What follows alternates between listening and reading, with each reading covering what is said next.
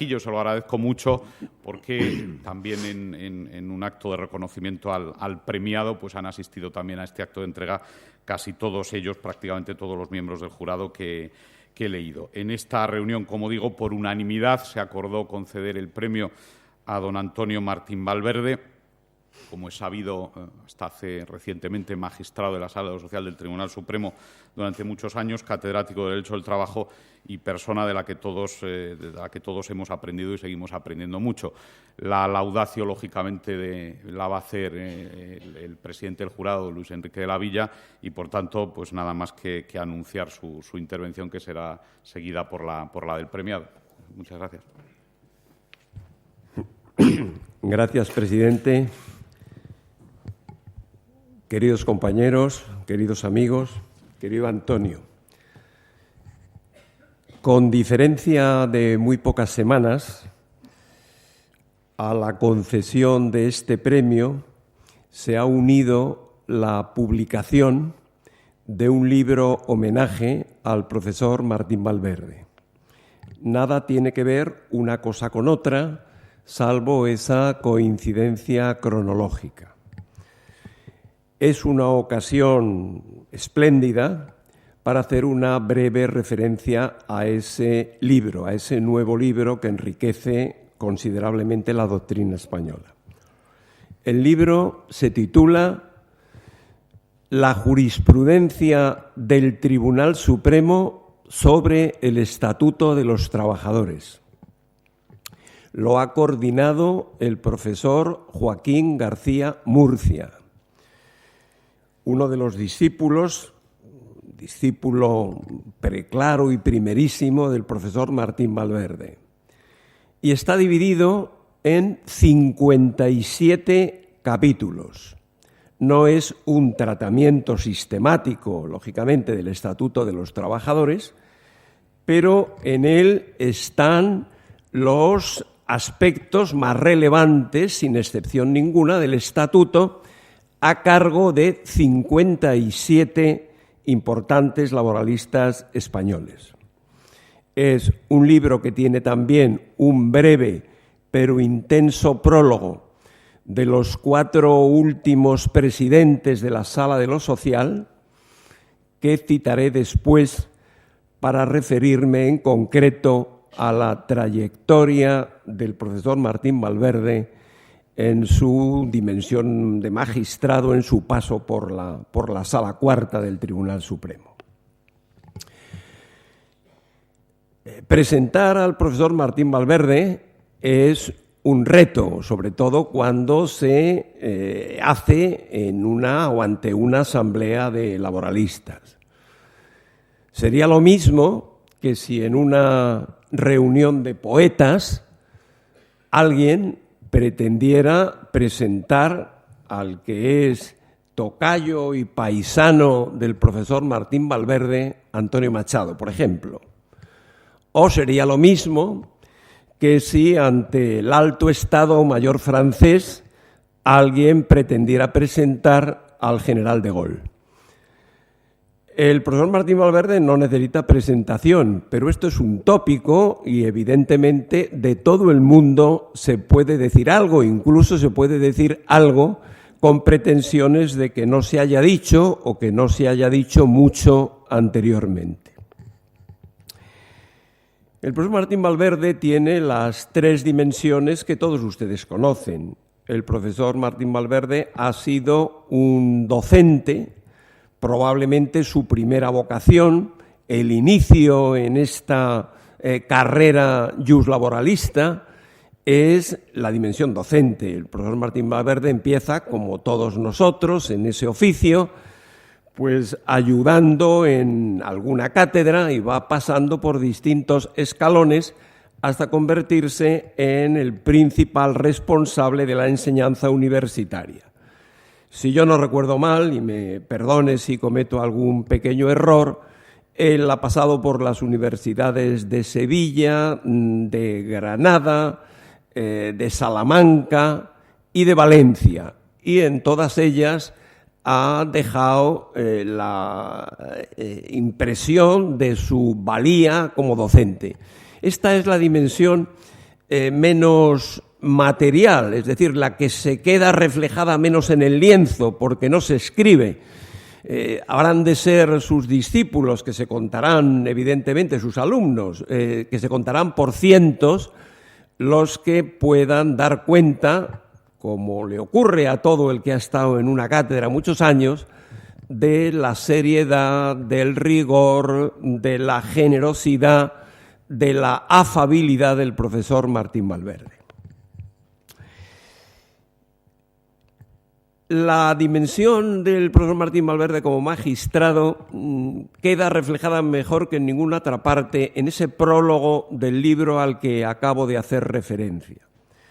Porque 4 importantes magistrados, Luis Gil Suárez, Joaquín Samper Juan, Gonzalo Moliner Tamborero y Jesús Gullón Rodríguez, están de acuerdo en 2 cosas. Primero, en definir qué condiciones debe reunir un magistrado para ser un gran magistrado. Y segundo, la aplicación o la adecuación de esas categorías al profesor Martín Valverde.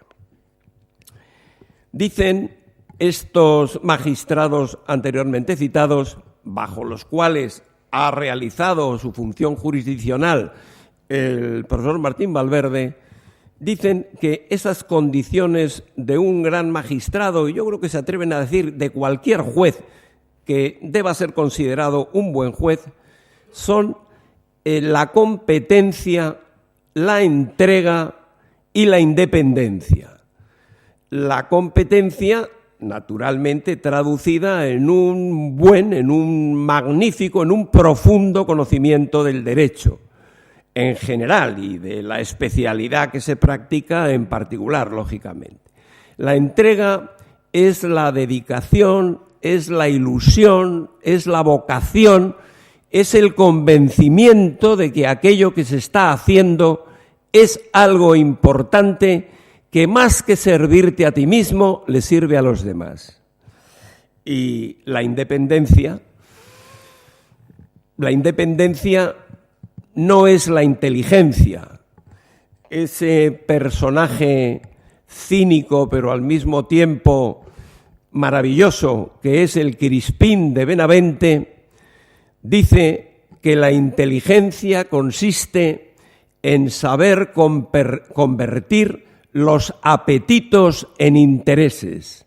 La independencia es la inteligencia de prescindir de los apetitos y de los intereses, no solo frente a todos los demás, sino incluso frente a tus propios compañeros, si practicas la función jurisdiccional en un órgano colegiado.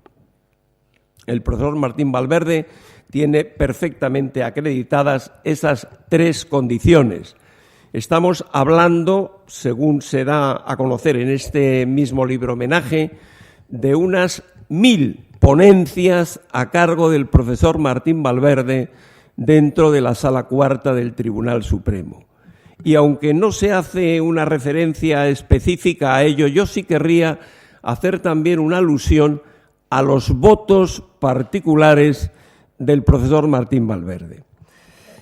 Hay un libro que a lo mejor ustedes conocen, o muchos de ustedes conocen, que yo creo que es un libro de lectura imprescindible para cualquier jurista de cualquier especialidad, que publicó la editorial Justel en el año 2006 en su primera andadura, una edición a cargo del profesor Arjona Sebastián, y que se titula Los votos discrepantes del magistrado Holmes, o Oliver Wendell Holmes. Un auténtico tratado de teoría general del derecho. El voto particular, y el profesor Martín Valverde es autor de memorables votos particulares, expresa, aunque su eficacia jurídica no sea vinculante, sin embargo la influencia que eso tiene en la doctrina sí es grande y expresa la dimensión más personal de cualquier magistrado. Porque, en definitiva, en un órgano colegiado, que incluso a veces actúa en sala general, la personalidad, la identidad del ponente incluso puede diluirse, y en un voto particular es la esencia de la personalidad y del saber jurídico del que así actúa. Pero evidentemente, por lo menos a mi juicio, la dimensión que más pasará a la posteridad del profesor Martín Valverde es su dimensión investigadora. El profesor Martín Valverde ha sido y sigue siendo un gran investigador del derecho, un gran investigador del derecho del trabajo y de la seguridad social, con todos sus aditamentos o adhesiones sindicales, preventivas, todo lo que se quiera decir. Parece que fuera de la contemplación por el profesor Martín Valverde apenas si ha quedado nada. Bueno, ya comprenden ustedes que este no es el momento de hacer ni siquiera una mención a las principales publicaciones del profesor Martín Valverde. ¿Qué hora nos daría aquí? Yo voy a ceder a la tentación que tanto tan presente está en mi hacer habitual, que es, y además estando en Toledo, recordar lo que decía a este respecto con la belleza que le caracteriza uno de los grandes poetas universales del siglo XVI, de principios del siglo XVI, el toledano Garcilaso de la Vega. Garcilaso de la Vega, en su famosísima Égloga segunda, y refiriéndose a algo que nada tiene que ver con nuestro oficio y con nuestra presencia aquí en este momento, decía: si por menudo tuviera que presentarte, si por menudo presentarte hubiese, aquesta vida y cada partecilla, temo que antes del fin anocheciese. Es lo mismo que decimos más vulgarmente: nos van a dar las uvas, se nos va a hacer de noche, hablando de la obra del profesor Martín Valverde. Por eso yo me atrevo a marcar 4 rasgos de esa obra, que probablemente no sean los únicos, pero que sí creo que concurren en ella. En primer lugar, yo hablaría de la gallardía del profesor Martín Valverde al afrontar los temas. Es decir, el ponerse frente no a temas manidos, no a temas que están más o menos abiertos por la doctrina, sino a temas que han de ser abiertos por quien se pone a realizar una actividad investigadora. Son tantos que es difícil hacer una referencia, pero empezando por su propia tesis, creo que su libro sobre las mejoras voluntarias del año 1970 es el primer escrito riguroso, el primer escrito verdaderamente científico sobre una materia que tanta importancia práctica tiene en la protección social de los trabajadores. Entrar en esos mismos años, en los inicios investigadores del profesor Martín, desde el año 70 al 75, 76, 77, entrar con los problemas de la interposición, los complejísimos problemas de la interposición en el contrato de trabajo. Atreverse a hacer por vez primera, que parece que es una labor más instrumental, pero quien estuviera dedicándose a estas cuestiones en esos años, en los años 70, la seguridad social, la legislación de la seguridad social era una selva, era un bosque impenetrable. Esto lo decía el propio gran maestro Bayón, a mí me lo decía. Cuide usted mucho de entrar en la seguridad social, que es como me decía, que es como la guía de los ferrocarriles. Y entonces el profesor Martín Valverde tuvo el donaire de construir no ya una recopilación modesta, algo que llamó, con colaboración de algunos compañeros, un código de la legislación de la seguridad social. El profesor Martín Valverde, por ejemplo, también es la única persona, valiéndose de prestigiosísimos compañeros, alguno aquí presente, el profesor Valdés, el profesor Palomeque, la profesora María Emilia Casas, el profesor Joaquín García Murcia, Fernando Pérez Espinosa, afrontar el conocimiento de la legislación social en la historia de España, empezando en la Revolución Liberal de comienzos del XIX y terminando en el año 1936. Un libro que publicó el Congreso de los Diputados en el año 1987 y que es una joya. Si ustedes pueden, no dejen de tener ese libro, no dejen de hacerse con ese libro.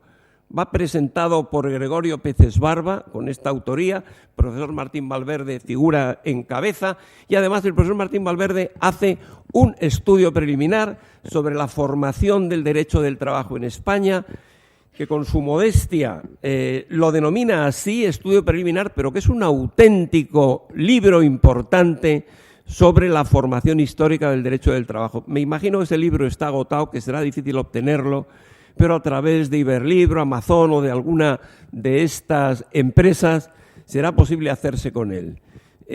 Simplemente porque vean ustedes la importancia que yo creo que tiene el libro, eso que nos dicen a veces, si tuvieras que ir a una isla, si hubiera un incendio, entre los 10 libros que yo salvaría, uno sería esta historia de la legislación social en relación con la historia española. Bien, esa característica de gallardía en la producción científica. Una segunda característica sería la característica de la totalidad, es decir, de el tener la pretensión de abarcar el ordenamiento laboral en su conjunto. Dicen los epistemólogos que la totalidad en la investigación es imposible y por ello han acuñado una expresión muy bonita, que es la de la totalidad de lo posible, la totalidad de lo posible, aquella investigación que está al alcance de una persona, de un individuo, que trabaja con sus medios, con la modestia de sus medios. Creo sinceramente que esta totalidad de lo posible está absolutamente realizada en la obra del profesor Martín Valverde. Una tercera característica sería la de la creatividad. El profesor Martín Valverde ha sido un investigador creativo. Ha dejado para la gente que viene detrás de él categorías, construcciones que son de ineludible utilización. Yo creo que lo que distingue a un gran maestro es el tener algo que visto por fuera se sabe de quién es. Es como los grandes pintores. Si yo veo un cuadro de Tapies, sé que es un cuadro de Tapies, salvo que sea una imitación. Pero no lo confundo con un cuadro de otro pintor. En la mayor parte de los escritos de Martín Valverde se nota que aquello es de Martín Valverde, aunque no se lea la firma del escrito. Y esas construcciones, esas tipologías que pasan a la posteridad, son muchas en sus manos. Solamente les recuerdo una. Les recuerdo esa construcción que él hace también en los años 70 y que ha ido puliendo posteriormente, que es la concurrencia de normas, lo que él llamó la concurrencia conflictiva de normas y la concurrencia no conflictiva de normas. La concurrencia no conflictiva de normas a base de las figuras de la remisión normativa, relación ley-reglamento, relación ley-convenio colectivo, o a través de la norma mínima, la relación de normas que se refieren a la misma situación, que regulan la misma relación, pero con intensidades distintas.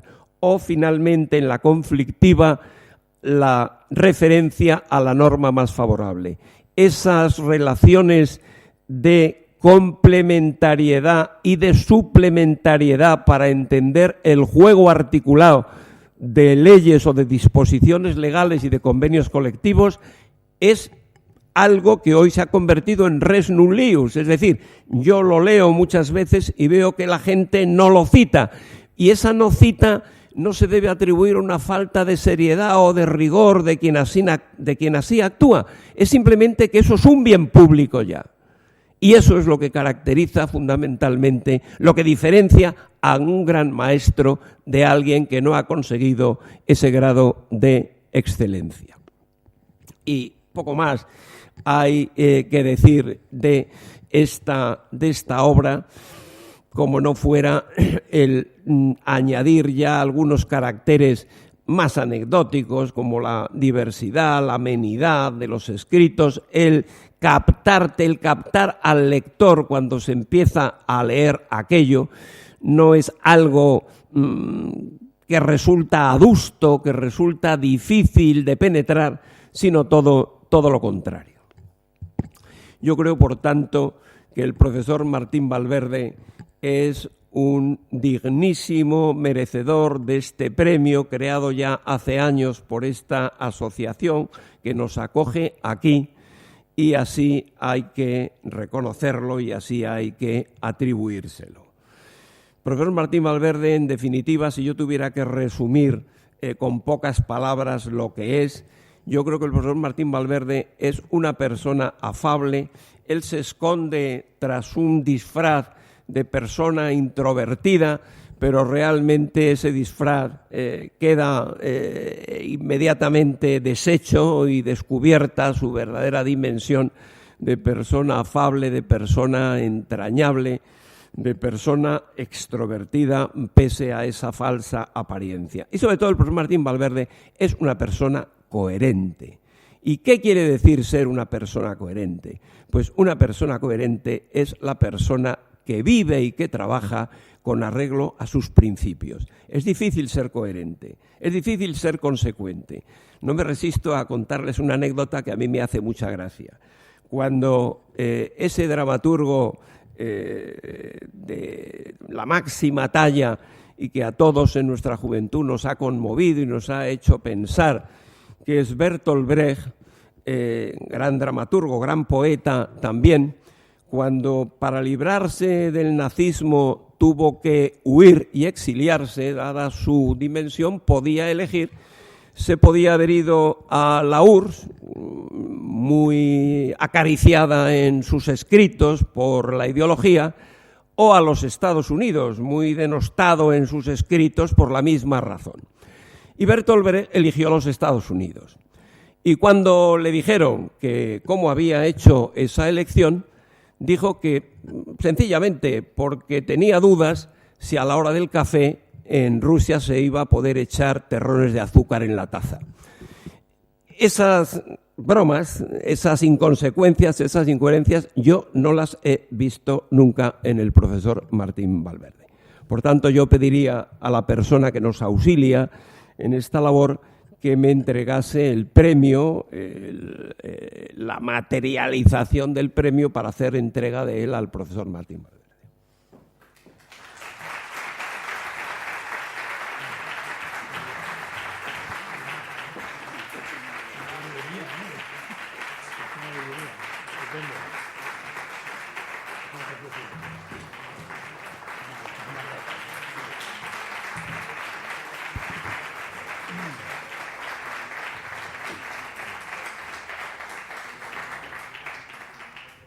Señor presidente de la Asociación Nacional de Laboralistas, mi querido amigo Martín Godino Reyes, querido Luis Enrique de la Villa, mis palabras iniciales y casi todas mis palabras en este acto van a ser de agradecimiento. Agradecimiento, en primer lugar, a la asociación por el gran honor que me ha dispensado al nombrarme laboralista del año 2015, una distinción que por su cronología y por venir de quien viene tiene para mí una significación muy especial a la que me referiré más adelante, que explicaré un poco más adelante. En la comunicación del nombramiento por parte del presidente del jurado, por parte de Luis Enrique de la Villa, la fecha 14 o 15 de octubre que se acaba de citar, y la reiteración de la comunicación del nombramiento por parte de Martín Godino al día siguiente me han llenado de verdad, de satisfacción y de sano orgullo, de saludable orgullo. Por consiguiente, conste en este exordio mi agradecimiento a la entidad que ha hecho esta tan importante distinción para mí. Quiero, en segundo lugar, agradecer la presentación laudatoria realizada por mi querido amigo Luis Enrique de la Villa.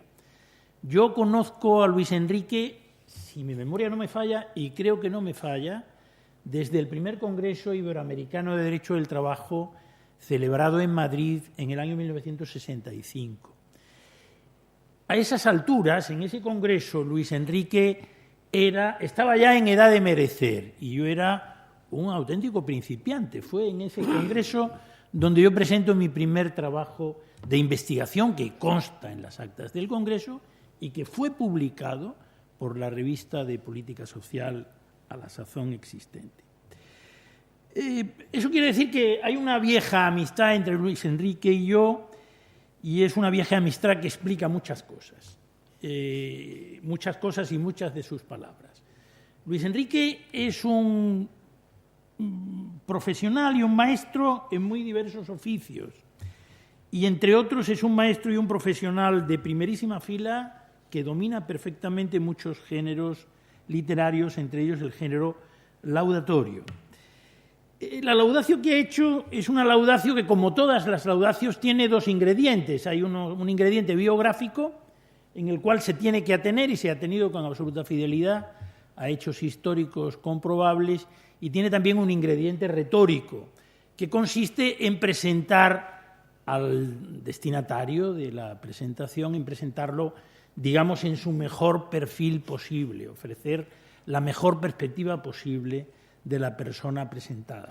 Vale en el laudatio, vale el Photoshop y vale el retoque y vale desde luego elegir el ángulo más favorable y omitir aquellos aspectos que puedan resultar más oscuros. Yo le agradezco y felicito a Luis Enrique por el ejercicio histórico y literario que acaba de hacer.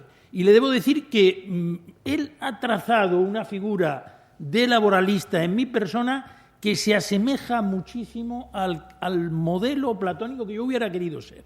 Me temo que el laboralista de carne y hueso que yo soy se aparta en bastantes aspectos de lo que era dicho, pero en cualquier caso Luis Enrique me conoce muy bien y sabe que mis aspiraciones profesionales se han encaminado en el sentido que él ha dicho. Por consiguiente, por todas estas razones y por el ejercicio de generosidad y de afecto que acabas de demostrar, muchísimas gracias, Luis Enrique.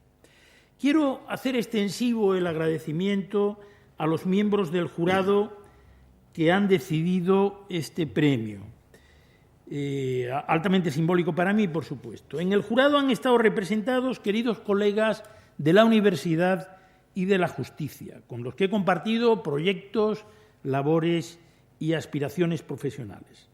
Entre estas aspiraciones profesionales figuran en una primera época la aspiración de dotar a este país nuestro de reglas de convivencia aceptables. Y las reglas de convivencia aceptables en derecho del trabajo son reglas de transacción. Hay un aspecto del derecho del trabajo, el derecho de transacción, de negociación y de negociación para conseguir una combinación de intereses cuya justicia no está predeterminada de antemano, que es una conquista que no estaba en el momento en que nosotros iniciamos nuestra vida profesional, en los primeros años 60, y que efectivamente en una primera etapa que culmina con la aprobación de la Constitución española es conseguida y se puede considerar ya como un logro. El derecho al trabajo consiste, en definitiva, en armonizar, como dice muchas veces Juan Antonio Sagardoy,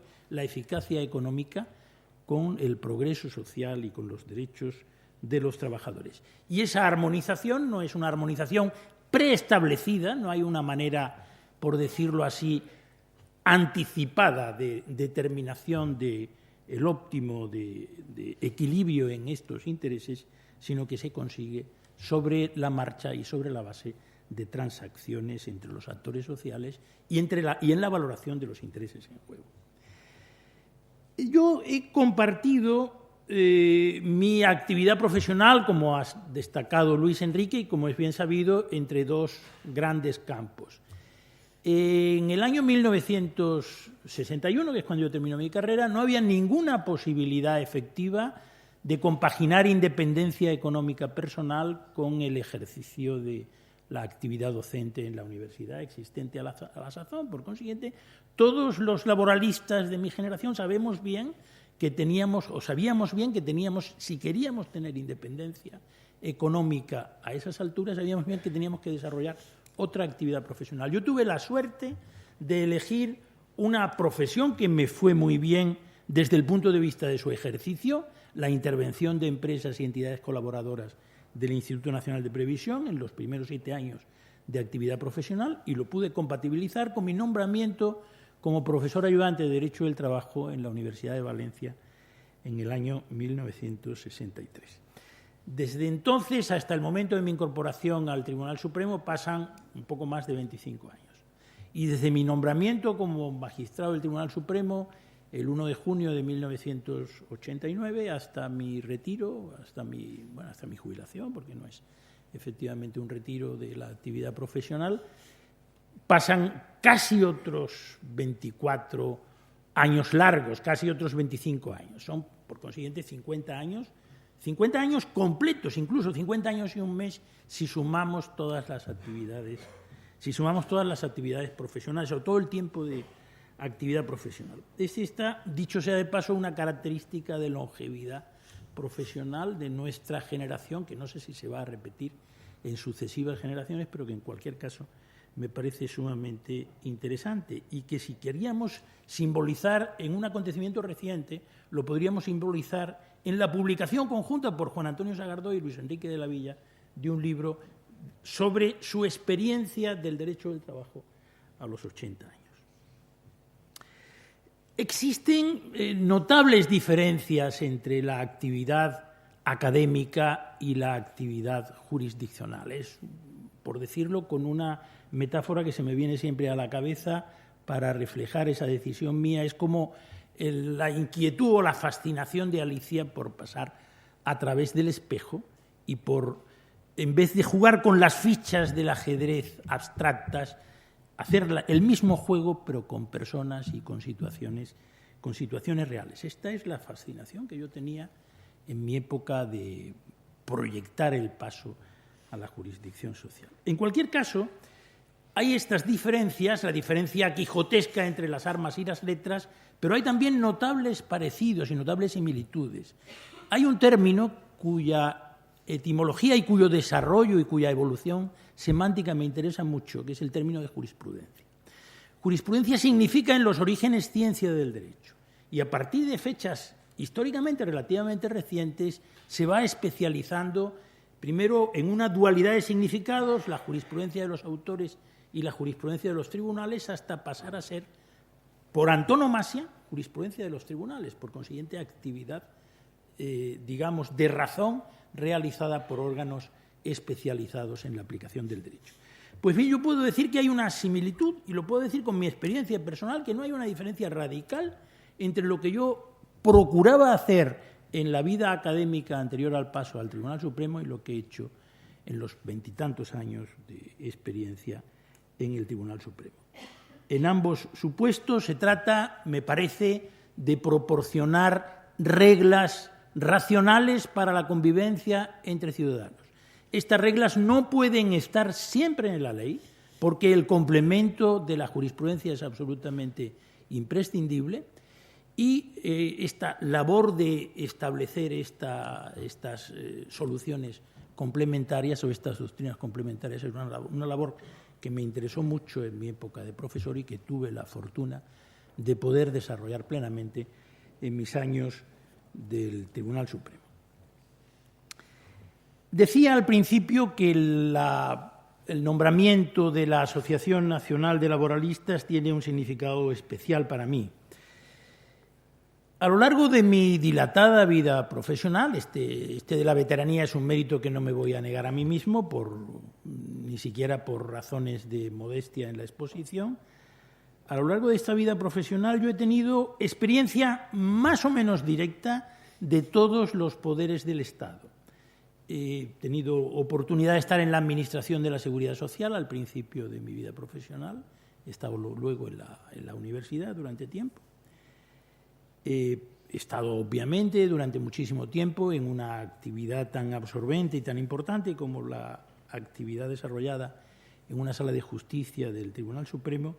Y durante un periodo de tiempo breve, durante una legislatura, la 9ª legislatura, tuve la oportunidad de presidir la Junta Electoral Central en la 9ª legislatura. Y esta Junta Electoral Central, por un diseño institucional extraordinariamente interesante y extraordinariamente eficiente, está montada como un organismo que pivota sobre el sostén de las Cortes Generales y pivota además con un coste económico mínimo. Yo, en mi época de, no sé, ahora,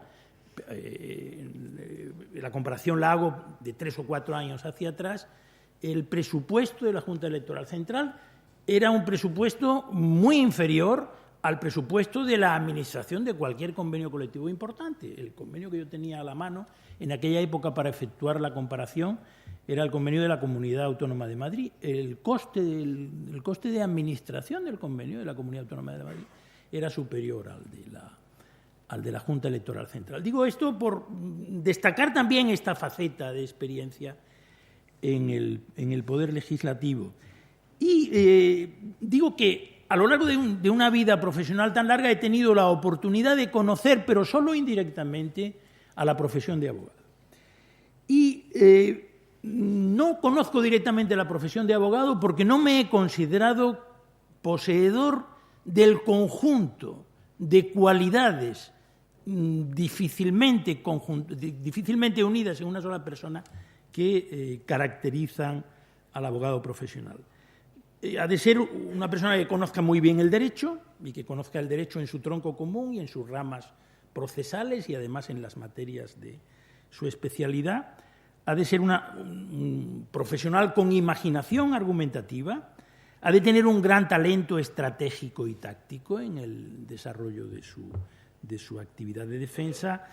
Ha de ser muy flexible y al mismo tiempo poseer una gran psicología en el trato con distintos interlocutores y además ha de tener una gran capacidad de sacrificio y de entrega a los representados. Estas son las cualidades que a mí me parece que definen a la profesión de abogado. En mis casi 25 años de desempeño en el Tribunal Supremo, yo creo que se ha traslucido en mis ponencias, en mis resoluciones, esta admiración y este respeto y esta consideración por el trabajo de los letrados, el trabajo bien hecho de los letrados.